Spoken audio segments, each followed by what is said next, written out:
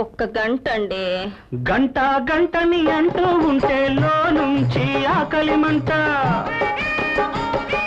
మంట మంటని గిజగిజమంటే అమ్మా నాన్నతో తంట.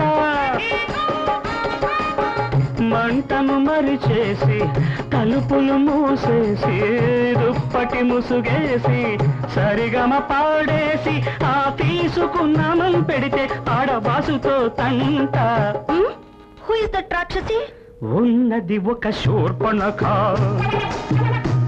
లేటైతే నొక్కును నా పీక, ఆపై ఇచ్చును ఒక లేఖ. ఆ లేఖతో ఇంటికి రాలేక నలిగి నలిగి కుమిలి కుమిలి చచ్చి చచ్చి బ్రతికి బ్రతికి. అయ్యో బాబాయ్. అందుకే ఏమండోయ్ శ్రీమతి గారు, ఏమండోయ్ పొద్దెక్కింది అబ్బా.